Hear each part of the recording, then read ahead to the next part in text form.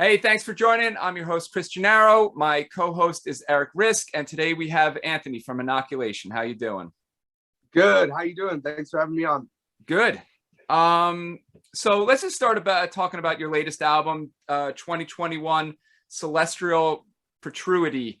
It's on Maggot Stomp. I know you did something, a 2-song thing with Maggot Stomp before. I guess talk a little bit about how the Maggot Stomp thing worked out and maybe a little bit about the recording of that album. So the Maggot Stomp thing happened when we like self-released our first album, Pure Cosmic Dread. And we put it out, and it was out for like a couple months, and we had it just out on CD. And we had like a friendship with Scott from Maggot Stomp, just on the internet. We'd talk every now and then he hit us up and said, "Hey, could I do some cassettes of Pure Cosmic Dread?" And then he asked for that, and then asked if we would do like a 2-song EP, which became Anatomize. So he kind of approached us after we had put out our first album because he really liked it, which we were super stoked about that at the time. This was 2018 when Maggot Stomp was kind of like really like first starting. So that's kind of how we got hooked up with him. He reached out to us, and our bassist Nick had been like buying a bunch of pins from him that he was making before he was doing label stuff. And so we were just kind of pals with him already. And then, so then like the recording process, the recording for Pure Cos or Celestial Protruity, that kind of came from COVID. We were supposed to go on like a month-long tour that got canceled right when COVID hit. And we had a couple songs already written. So once that happened and the tours and all the world got shut down, we just buckled down with writing songs and then hit the studio like shortly after that and recorded everything. Who was the tour supposed to be with? It was actually gonna be just us. We were just doing it was like a DIY book tour. I booked the whole thing myself pretty much. Me and Charlie, our drummer, did a lot of the booking on it, and it was across the whole country. And we were gonna do that, and then everything fell through. So in that case, do you let the local venues or work with the local venues to get then local acts on each different, so you're playing with like a different band every night? Yeah, pretty much. Or I was hitting up like promoters that I could find in different areas and seeing if they'd book us and stuff like that. Because at that time, I feel like, I mean, we definitely didn't have like as much pull, if you want to say, as now. And also death metal, I feel like was just starting to like really get like kind of like hot again, how it is with like all the like Maggot Stomp bands that are now on bigger labels and stuff. That was before all that stuff was happening. So we were just kind of still doing everything ourselves and grinding at everything. Cool. Yeah, I mean, the name of your band is timely considering the pandemic. I hasten to admit I actually had to look it up to figure out what the difference between a vaccination and inoculation was. But now I know, so I feel like I'm better for doing this interview now. I'm more educated. Yes. Definitely a good name with the times nowadays. I'm gonna yell at you a little bit. I believe that you guys are not playing the 420 Philly show with Cognitive. No, we are not, unfortunately, which I'm very bummed about because Philly is like our second favorite city to play next to playing in Cleveland. And that was a bummer. We wish we could do the whole tour, but unfortunately it didn't work out. We are playing in Philly on June 5th, though. We're playing, I think, at that same venue, the Milk Boy, I think is what it's called, or something like that. Yeah, we are. So we're out playing again in Philly in early June 5th. So yeah, we just had Cognitive on, and Pete's a friend of the show. from Replicant. He Yeah. sits in for Eric whenever Eric blows me off. So that's good. But I guess talk a little bit about that tour, because Hath has a new album out too. So that tour should be pretty hopping and insane. Yeah, and Cognitive just announced their Metal Blade signing, which is awesome for them. We've been playing with Cognitive since probably 2013, maybe. We played with them for the first time. There used to be this Akron Death Fest in Ohio that happened every year, and Cognitive would play and we would play. So we've known those dudes for a really long time. So it's sick that we're gonna be able to tour with them and actually hang out and stuff. That's gonna be really fun. And same with the Hat dudes. We played with them probably it was when we played I want to say it was one of their first shows in Philly. We played at the Century.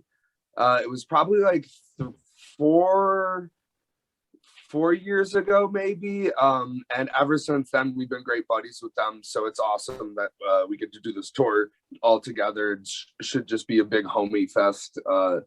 And this will be our first run we've done since the Sanguisuga Bog tour. So we are very eager to get back out on the road and play some music for people. I saw that. Yeah, in December 2021, you did the run with Sanguisuga Bog. How did that get hooked up? Are you friends with those guys then? Yeah. They're from Columbus, which is about 2 hours south of us. Okay. And we've been Devin, their singer. I've been playing in bands with him for literally or not playing in bands with him, but our bands would play shows together for probably the past decade. So okay. I've known him forever. Okay. And then Sanguisuga Bog's first show they played, they opened up for us in a garage in Dayton, Ohio. There were 6 people there. Yeah. And then it's just kind of funny how that happened. And then now we're opening up for them on a tour across the entire country. So it's been awesome, literally just watching them go from this random band playing in a garage in bumfuck Ohio to now they're just absolutely killing it. So it's awesome. And that being able to do that tour with them was so awesome too. Just to both of our first major tours that and being able to experience that with them, and because they're all our ride or die homies. So it was awesome to be with them on that. And same with the Frozen Soul and Vomit Forth dudes. But we had already had a relationship with Sanguisuga Bog before the tour. And we work with the same booking agent guys. So it kind of all just fell together and all worked out. Yeah, we've had Sanguisuga Bob on, super cool dudes. And I was just telling Eric before we started taping, as I'm looking through all the interviews we've done, I feel like there's at least 10 Ohio bands on there, which is 10% of what we got. It's crazy. Yeah. And I feel like you've played with a fair amount of them. Probably all of them. Probably all of them. Yeah, because Mutilatred, I think you did some tours with, some shows with at least. Yeah. We did our a 2.5 week East Coast tour with them in 2019, fall of 2019, and we've been playing with them forever. We've known all those dudes forever. It's awesome, seeing all of it's just sweet, all these Ohio bands that are popping off, and they're all just dudes I've been friends with for the past decade and hanging out with, and now it's just awesome seeing friends get recognition and their band's doing great. It's great. I love it for Ohio because there's not much else going on, so at least there's sick death metal. And this is actually Ohio week for us because we have another Ohio band coming on. Oh, nice. Who? Can I say? Is that Choo-Choo? I don't know. No, Mutilation Barbecue should be coming to hang with us. Hell yeah, those dudes are awesome. They're grippers, and they're young. They're all fresh out of high school. And just I'm watching them play guitar, and I'm dude, fuck you. Well, that's how it is. And I tell my kids, I'm dude, you are young, you have so much free time. you can get good at whatever you want to get good at, because I don't have time to get good at shit. Like I can't even get good at this, what I'm doing. Like fucking use that time that you got when you're just fucking going to high school and you don't have a job and fuck all, you know? Oh yeah. That's where I learned all my chops, was between, I started playing when I was 12, and that's all I did through high school, middle school. I just played guitar the whole time, which I'm glad I did it then, because now, like you're saying, like I don't got time to like sit and practice for 5 hours every day. Like I'm tired and shit. Like it's funny. I wonder if you talk to musicians, if you're like, are you better now than you were 5 years ago? Because like I have like some of them are probably like, no, like I can't, you know, really. I've watched some like older videos of me before, like when I was like 17, and I was like, damn, like you're playing that? Like that's the hard.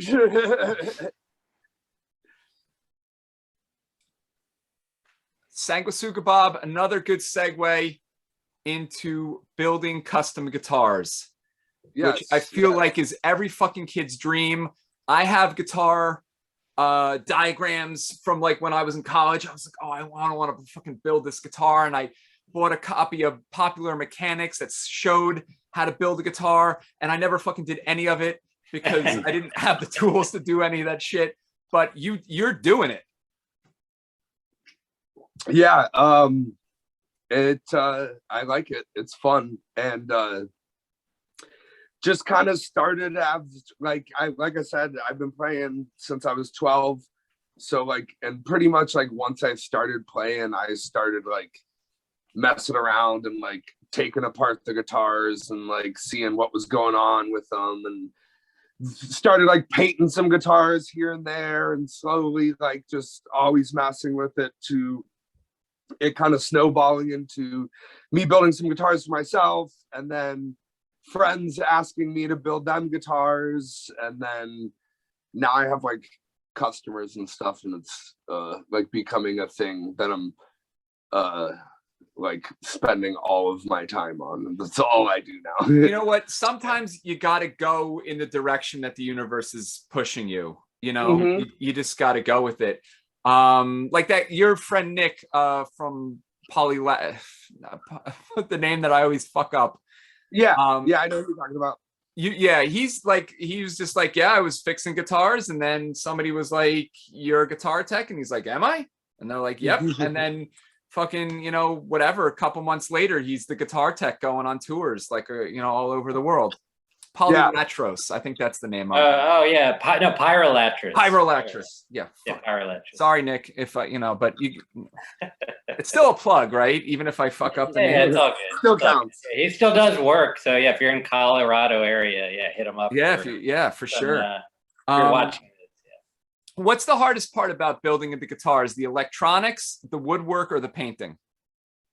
I would say the painting for me, just because that's the most like foreign thing to me.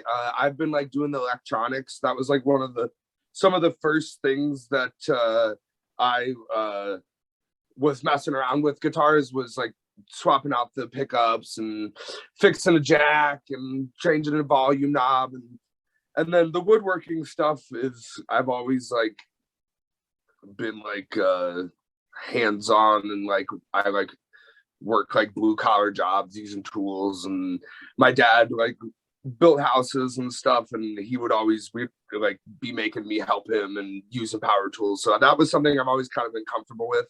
But the painting, to get like a good like actual like professional looking paint job, is like way harder than it seems. I was gonna say, I've seen YouTube videos of guys who use rattle cans to paint cars, and sometimes like the YouTube videos, you're like that actually looks pretty good. Like, could I do that in my garage? Like repaint a guitar with like $2 bottles of spray paint and stuff? Yeah, I mean, you definitely can, and that's like how I started. You know, I was just like, okay, I'm just gonna get some spray cans and spray this guitar, and then like make it, put a clear coat on it and see what happens. And then that turned to like, oh, okay, I'm gonna get an air compressor and like try and make these paint jobs look a little bit better, to then I'm building a paint booth and blah blah blah. Because to get that difference from like the spray cans to the like really good finish is wild, and it's a lot of just like having everything right, a lot of trial and error. I've fucked up so many paint jobs and had to like redo them to like learn like, oh yeah, don't do that. That doesn't work. What's something that you should not do while painting a guitar?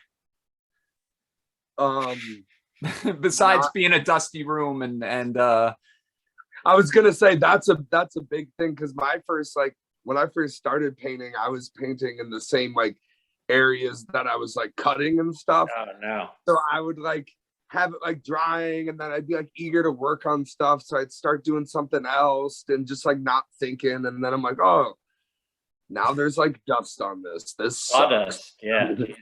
And like and then if you like, you don't want to put stuff on, if you put stuff on too heavy, you'll get some like bubbles and stuff. And then that's just like, and the temperature, you gotta have all the right temperature and stuff.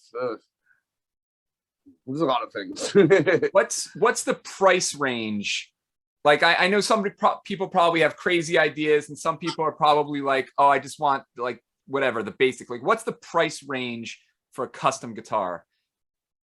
It's normally about like baseline like 1,500, with that would be like a pretty like basic bare minimum. That's about as cheap as I'll go. But usually between 15 and like $3,000. Usually builds range between like 18 and 24. I would say is like the median cost of what most people are looking for, you know. I feel like that's really affordable considering like I like, yeah, for custom instruments, for custom work. Like there's shit that you can get off the shelf that's more than that. I mean, obviously it's not, but he's doing it all by himself, and it's very labor intensive, right? Yeah, it is. I'm also like, it's not my full-time job right now, so I'm like kind of like, I just like want to get it out there, and like get as many guitars out there as possible, and then probably things will in the next like year or so, my prices will probably be going up, but yeah, I'm just kind of like, it's not paying my bills. I do it for some extra money. I enjoy it. It's fun. But I am trying to like work towards like hopefully eventually doing it as my full-time job, because that would be like a dream come true for me. I couldn't think of a better thing to do. So yeah, I feel like just like, yeah. Now I was gonna say, if you're watching this video tomorrow, those are the prices. But if you're looking at the calendar and it's now 2030 and you're watching this thing, then, you know, please understand that you might have missed out. Yep. Because especially like this was like, I've been doing it for about like 4 years now.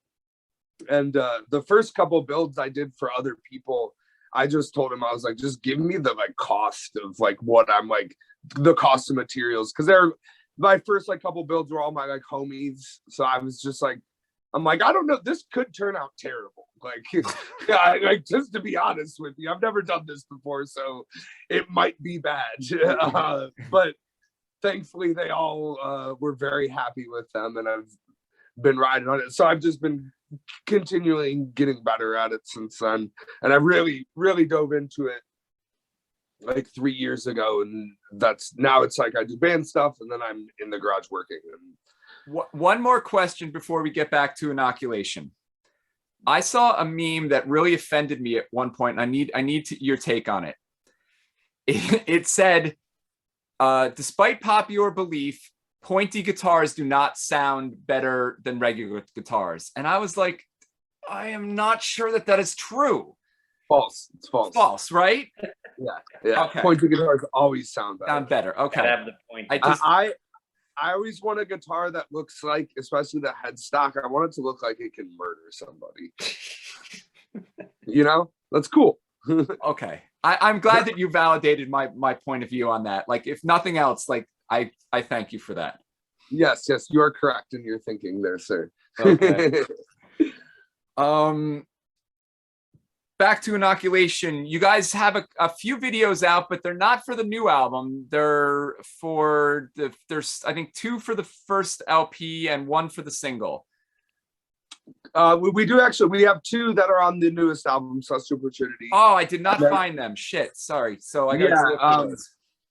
That's we have Verity Consummated and Ovnis Triangularis videos for the new album. And then we have a video for Anatomize, off the Anatomize. And then yeah, I saw that one. And then there's Loss of Esoteric Profoundness from our first album. That I saw. Yeah, I watched that a few days ago, and I love it that you struggle with your own song names, because that also makes me feel better. Are mouthful. They really are. Do you have to practice them before like a tour so that you're not like the next one's called like Definitely. You have like the phonetic spelling like written on your arm. Yeah. I got it written on the set list right at the bottom of the mic stand so I can pronounce it properly.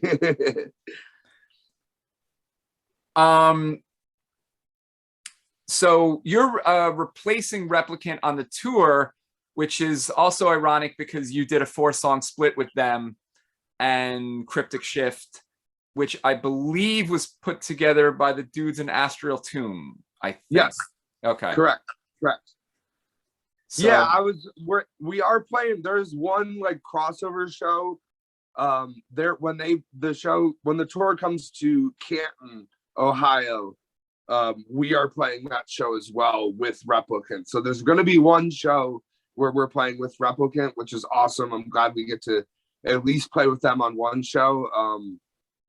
But I wish the whole tour was just like all 4 of us, because that would be sick. Because Replicant's fucking awesome. I'll tell Pete you said that. He'll I'm sure we'll never live it down. But yes.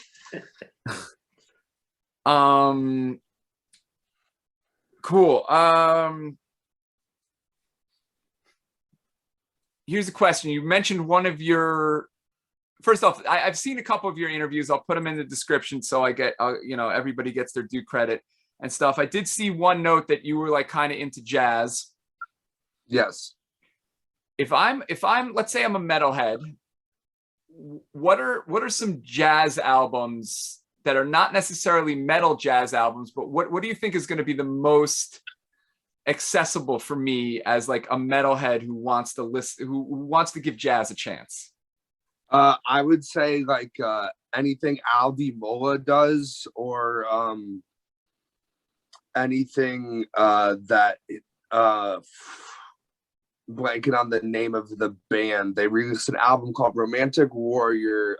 Return to Forever, with Chick Corea and Al Di Mola on it. Al Di Mola is like a shredder guitar player that was shredded on jazz like before Eddie Van Halen was shredded and stuff like that. But that Al Di Mola, the Elegant Gypsy album is just like it. That was one of my first like jazz albums I got into, and Return to Forever, because it's real like guitar oriented and really shreddy and like fast. So it was like really easy for me to like latch on and be like, oh yeah, that's super sick. That would be, I think, a good starting point. And then like any of the like John Coltrane and like Herbie Hancock stuff is awesome. But definitely Al Di Mola is like super sick. And he's like, if you just put some like distortion on his like guitar leads, it would be like death metal. So, or at least like metal.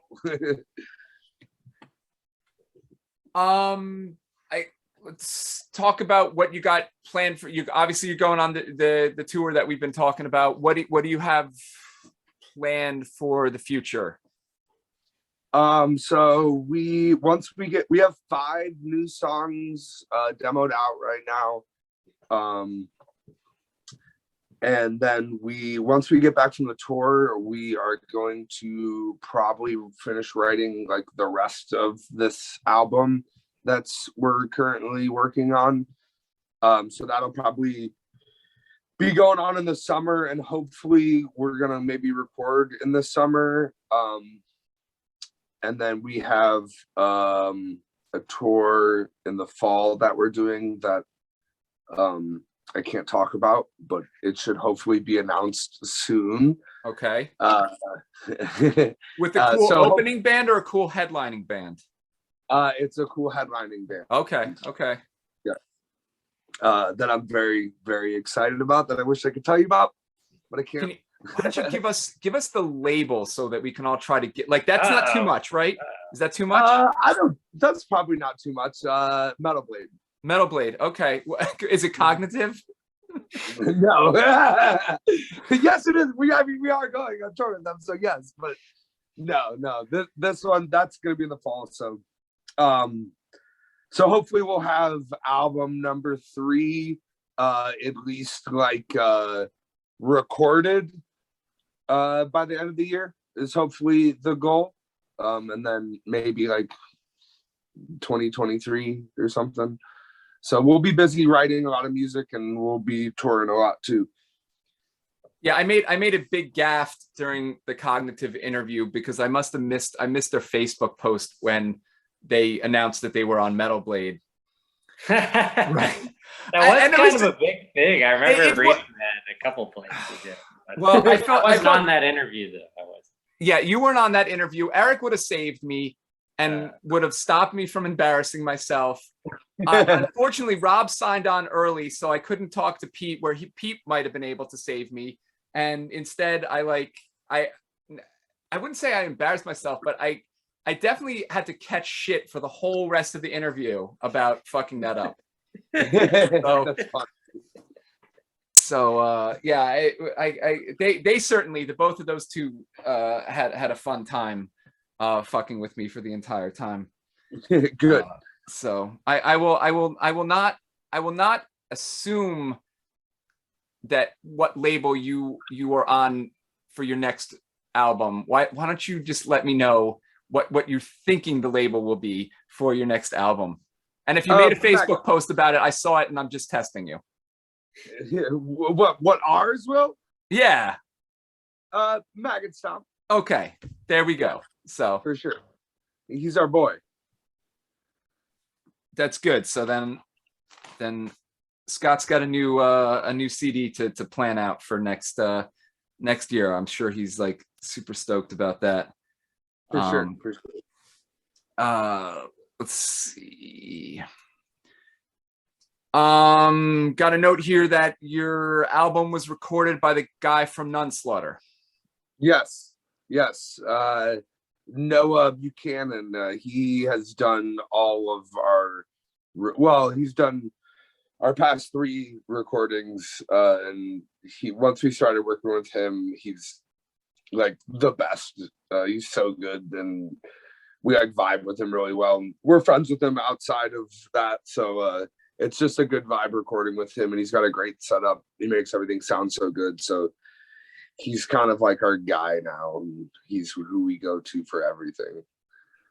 You mentioned having demo tracks. Do you ever do any of those tracks or anything from that actually make it to the recording, or do you just listen to it to assess what you got going on and then you sort of just like redo everything for the album?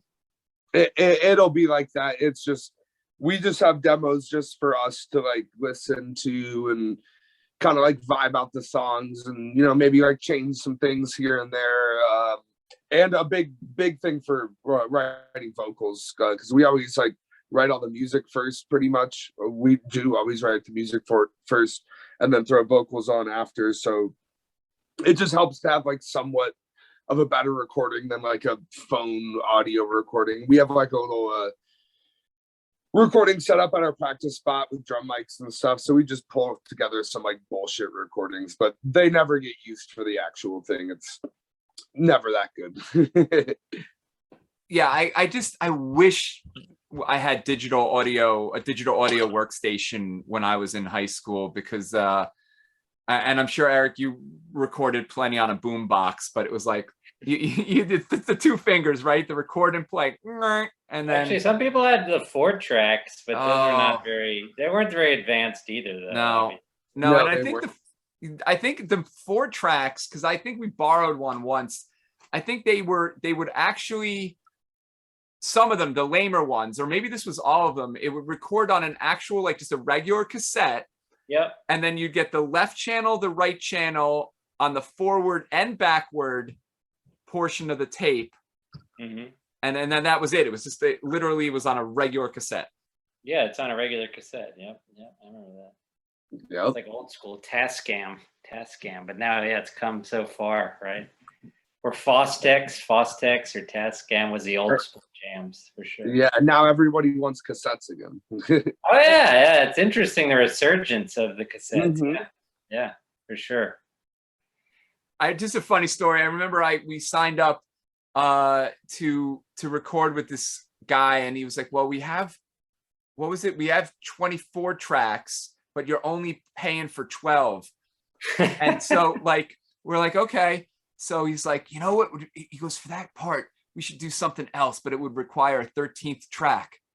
Like, so we're in the studio like, okay, like, are you going to charge us now like $100 an hour instead of $50 an hour? And he's Oh like, my God. yeah, it was like that ridiculous. And he was like, okay, don't tell anybody. I'll give you the 13th track for free. And it was like, oh, thank you, sir. You know, and now like it's like such a conversation is just stupid because yeah, now you can just have like 800 tracks. Unlimited if you want. Yeah, unlimited. Yeah. Being a three-piece, do you guys record a second guitar track? Yes. Yeah, we do. And we normally do, well, we're kind of switched between, like, we always have a second guitar track for recordings. It's just sounds better. And then sometimes we do having rhythm guitar over solos. And sometimes we don't. Kind of depends on like how we're vibing. Like Celestial Paternity has rhythm guitars over the solos. But then like Anatomize doesn't, and Pure Cosmic Dread does. So it all kind of depends. But we normally like having that on the recordings. It just sounds better for recording and listening purposes. But you have not, because like I know at times you were a 5-piece and a 4-piece, and you know, I know your current lineup I think started maybe 2016, I want to say. Yeah, that was at least when like Charlie and Nick got in the band, was probably around then. And we were a 5-piece at that point. And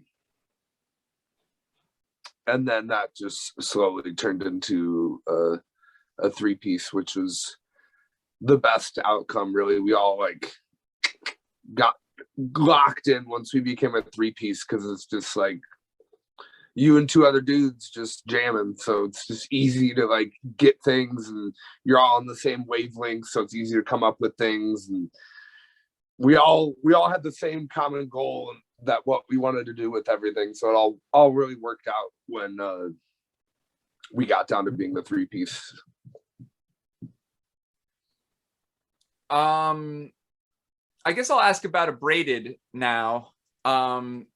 I know I saw an interview with you on Ken's Death Metal Crypt when it seemed like you were still thinking there might be another Abraded CD, but going to Metal Archives, it sounds like what's the dude's name? I'm blanking on it right now.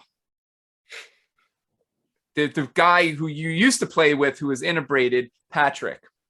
Yeah.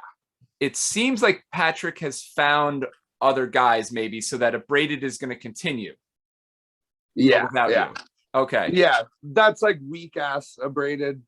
Oh, so that's not nice. I mean,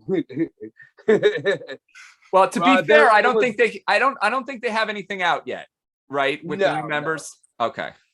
No, that was all done like without me and Nick really having a say, and not like good terms or anything.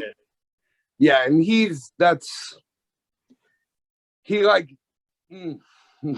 oh, okay. I got it. He pretty much called us and was like, hey, I like filed the copyright for the abraded name, and I'm doing it without you guys, without like a conversation with us or anything, because we wanted to still do it. So yeah, now he's trying to do it with some other dudes. And it won't be out on Maggot Stomp, and he's like exiled from the Cleveland scene. So yeah. Okay. Yep. That's that. And by the way, a copyright doesn't do him any good. He's got to do a trademark, but you didn't hear it here. So yeah. No, I'm like not worried about it. I was bummed when it happened because I wanted to keep doing abraded, and he was one of my friends at the time. But he kind of fucked us over a little bit. Okay. So yeah. Hey, I told you there was nothing I want to talk about. Yeah. Okay. Yeah, you did. I gave you a chance. I asked you ahead of time to be fair to everybody. Okay. I mean, fuck, at that point, is there any of the braided stuff that would fit into the inoculation repertoire that might make sense? I mean, yeah, probably, just because it was like me and Nick doing this shit too, so it was like very like us, you know. But that was abraded started when there was like a brief hiatus in inoculation because our singer at the time was having some like issues, and we were just like chilling for a little bit. So me and Nick wanted to still do some stuff. We started doing abraded. So it was just kind of like a thing to do on the side that ended up becoming a little bit more of a thing on the side. So there's definitely, I mean, there'll always be a little bit of that influence just because it was me and Nick's riffs. So yeah, you'll still hear some of that in the inoculation stuff for sure. Yeah, I also hate. I've said it many times in the on this station that there's really no money in metal. So it does suck that I don't know, that people would get in riffs about this. For if you were gonna have a windfall of cash, maybe, but yeah.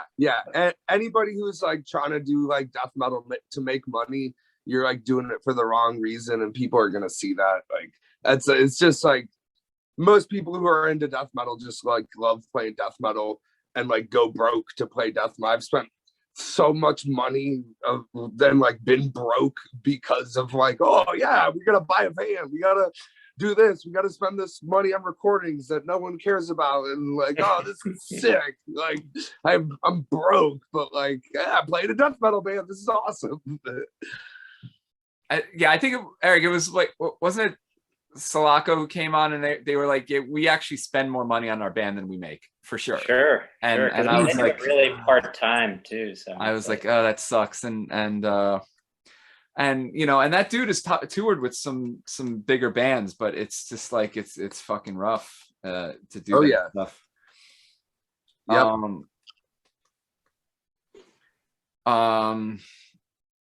Let's see. I do see a note that one of your videos is a lyric video.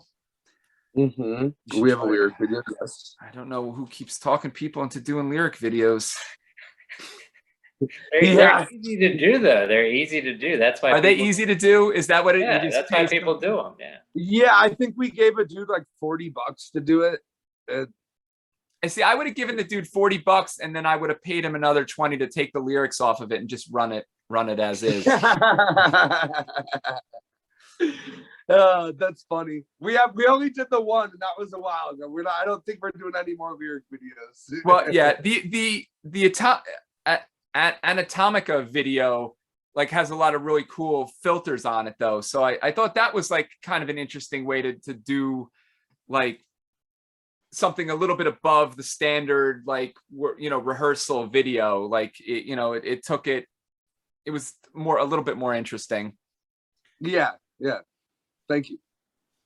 You're welcome. After I pooped on the lyric video, I figured I'd throw you a little bone there, but I appreciate it. No problem. Oh, the fucking guitars though. We spent so much time, but it's so interesting. Oh, you mentioned that you're super into female pop singers. I love them. They're my heart and soul. I just like I like just music in general. I like any type of like good music, and I like just always have loved female pop artists for some reason. Miley Cyrus, Dua Lipa, Taylor Swift, like then the classics, Madonna, Whitney Houston, all of it, Amy Winehouse. It's just great. Okay, that is I even, yeah. I like female singers. That's even a little bit more. That, I mean, that's way pop though, right? Oh yeah, yeah. I'm a sucker for a good chorus. It just does it for me. I don't know what it is. I like it. I think it partly probably stems from my dad was really into Madonna and has always been into Madonna. So I think like growing up, just like hearing Madonna all the time, just like got into my mind, and I'm like, oh yeah, this is what I like. And I'm not like, people are always like, oh, is it a guilty pleasure? I'm like, no, I'm not guilty. I fuck with it hard. Like I'm not upset about it. I don't feel bad about it. You'll see me front row at like a Miley Cyrus concert screaming my ears off. Oh yeah, she's a weird one because she keeps doing like sort of metal-ish stuff, right? Yeah. She did that. Was it her or Lady Gaga did like a thing with Metallica? I think it was Lady Gaga. I thought it was Miley Cyrus, but am I wrong? Was it Miley? I think it was. I thought it was Lady Gaga. No, maybe they both did. We'll have to look it up. I should like pause this video, check it, and then come back. But well, it was one of them for sure, and it was sick. And then like Miley's done like, she did a bunch of covers that were awesome. She did that like zombie song cover that was great. I just love it. I'm also a sucker for a beautiful woman too. So it's, you get some eye candy and ear candy in there. Yeah, yeah. If somebody's got a really nice voice, it's it does take it up a notch. That's PC enough to say, right, Eric? Yeah. Okay. Just we have in our practice spot, we have like a little hallway before you get into the practice room where we keep all our merch, and it's just like lined with like posters of Miley Cyrus, Rihanna, Dua Lipa, Britney Spears. It's literally just the whole hallway is all just any like female pop artist you can think of. We got it on the wall. It's our shrine. What about Lana Del Rey? Can you do that? Yep, she's great. I love it. Okay. Nice. Like if I'm trying to be like sad, I listen to Lana Del Rey. Yeah. I think that's where I think maybe she stands above the rest for me, because she's so dark and fucking depressing. Yeah. It's definitely got that vibe, but it's great. It's a great. I love it. When you chose the name Inoculation, it definitely wasn't because of the pandemic, but there had to have been something else. I mean, I assume it wasn't the Spanish flu of 1918 either. Like where did that come in? I mean, you know how big of a fan I am of the Spanish flu of 1918, but that wasn't it. Well, so we started when I was in high school. It was like, we were originally called Exalterus was our first name, and we were in high school. I was probably like a sophomore, junior year, and then it was probably like junior year. I was in like biology class with my buddy, and my teacher said inoculation. He was talking about something. Mr. Young's, shout out to Mr. Young's. And my buddy was like, dude, you should just call your band Inoculation. That's way cooler than what you got now. And I was like, yeah, you're right. And then it stuck, and it's been there ever since. So it was biology class in high school is what made the name come up. And it wasn't even me, it was my friend. So he always holds that above my head. He's like, well, I came up with the name. I'm like, yeah, I know you did. Like, fuck you. Did you get a free T-shirt out of it at least, or something? He's gotten so much free shit. He should shut up by now. Yeah. How much swag does naming a band get you? I guess that's what that's. It gets you some swag for It sure. gets you some swag. That's good. I don't know. For some reason in my notes, I felt the need to write down all the fucking Ohio bands because there's a zillion of them. And anybody else that we need to give a shout out to that we haven't mentioned so far? As far as Ohio, yeah, like bands? people that you play with, people that we might not have heard of. Shout out I just started playing bass again for another band. I used to play bass for them a while ago, and then I stopped, and then they need a new bass player, so I'm back in. They're called Atomic Witch. And they are super sick. I've always been a fan of them. So whenever they need a bass player, I'm like, yo, I'm all in because it's a great time. And they're like, they're kind of weird. It's kind of hard to like describe them. I say they're like blackened, like death thrash, but with like King Diamond vocals every now and then. Okay. And it's really sick. It's just like hot riffs. So Atomic Witch, Mutilatred, who else is sick? Sarcophagus, Blood Tusk from Ohio is sick. There's a Noxus from Ohio is sick. Tomb Sentinel, which is Devin from Sandwich Bog's new band. There's a bunch of them. And then you got like Ohio bands like Nunsolder and Midnight and Balmer who have been doing it forever. I just went and saw Midnight at a small club in Cleveland the other night. They played like a hometown, just got done touring with Mayhem show. And it was sick. Eric, what do you got? One other thing. I cannot find your early fucking demos anywhere. Not on YouTube. Is that on purpose? I think the Elysium demo we did in 2013 should be out there somewhere. But our first one, the 2011 Mayan Massacre demo, is purposefully not out there. Yeah, I saw the Metal Archives does have the artwork. Your logo is far superior now to the one you had in back then, by the way. Thank you. I think so too. But the artwork is actually kind of interesting. But so I was looking for that and the Mayan Massacre one, and no dice. So yeah, I like took that off of like it used to be on SoundCloud, and then I like took it. I think there's still like one or two songs on SoundCloud. If you ever are very interested, I could send you the tracks. They were there. I was like probably 17 when we did that, 17, okay. 18 maybe. It's interesting you mentioned the artwork though. I love that artwork. And I'm actually getting that tattooed in like a couple weeks. It's like the cover of a sarcophagus from a Mayan king. And it's, they say the theory is that like if you look at it, it looks like he's in like a cockpit controlling like a spaceship and he's like blasting off.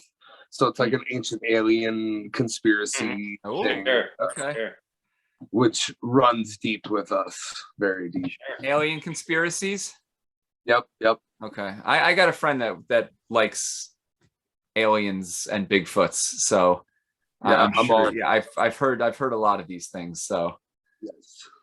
Like all those channels that used to be like legit history, and they were like, we're not getting any ratings with this, so they aliens. Yeah, then they're like, did aliens build the pyramids? And then the ratings are like yeah. Pretty much. And one other thing I was just gonna mention that I feel like between your first full length, I think your first full length was a little bit more like 90s influenced. Like when I was curious if I was wrong about that. Like I there were a couple things in there that I was like, okay, I feel like a deep like 90s thing going on with the first album, which is maybe a little bit less so with the newer stuff. Uh, Definitely. I mean, that's what I like cut my teeth on, I guess, like was the early, like all those early death metal 90s classics was really like all I used to listen to. So that first album is kind of like a culmination of like all that like early death metal listening that I did to finally getting on an actual full length. So I would say you're probably pretty on with that.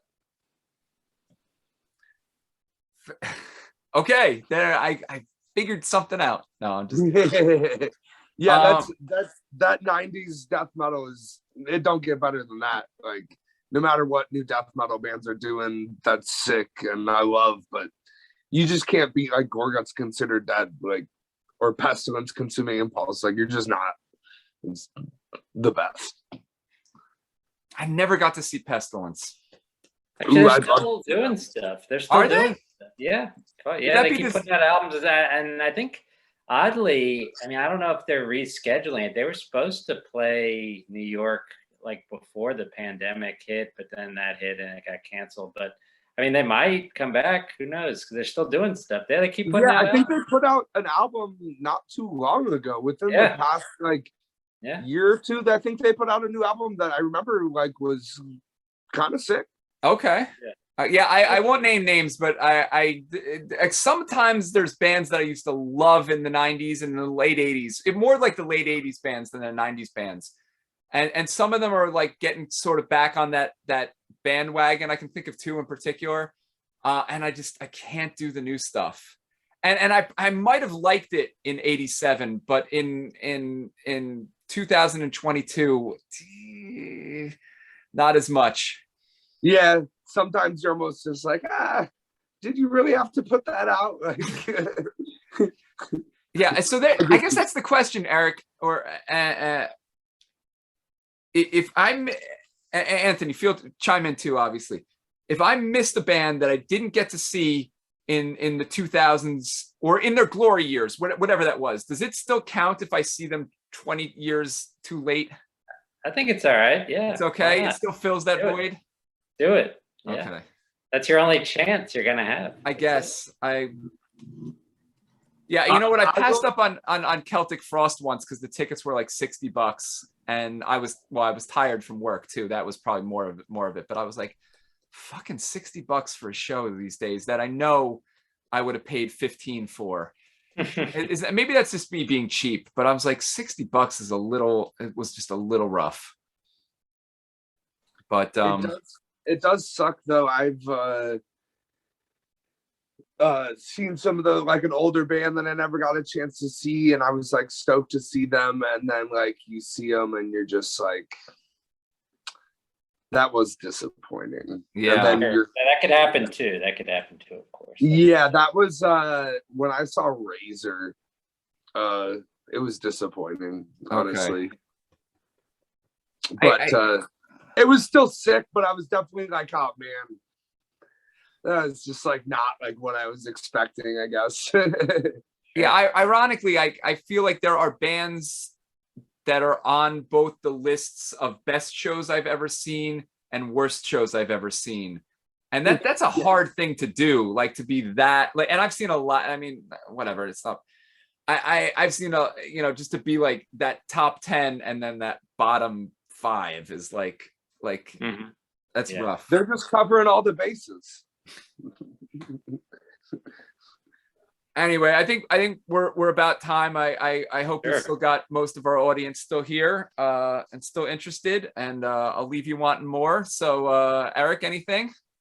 No, just go check out the tour coming. Yeah, check out the tour. I'm gonna miss you guys because I don't live in Ohio, and those freaking New Jersey people are playing everywhere but New Jersey. Unbelievable. You'd call that BS, right? That would be like you guys skipping Ohio, right? That would be pretty fucked up. Yeah. Okay. Okay. I'm just like getting tons of validation today. I just love this. Okay. But anyway, no, Anthony, thank you so much for coming on. I appreciate it. I had a super fun time talking. We're going to keep the stuff in the description. And even though I'll miss you, I'm going to still see the tour. I don't know if that counts for something. No, definitely still come out to those and support them dudes. But that's it. I again, thanks for coming on and see everybody later. Thanks for having me.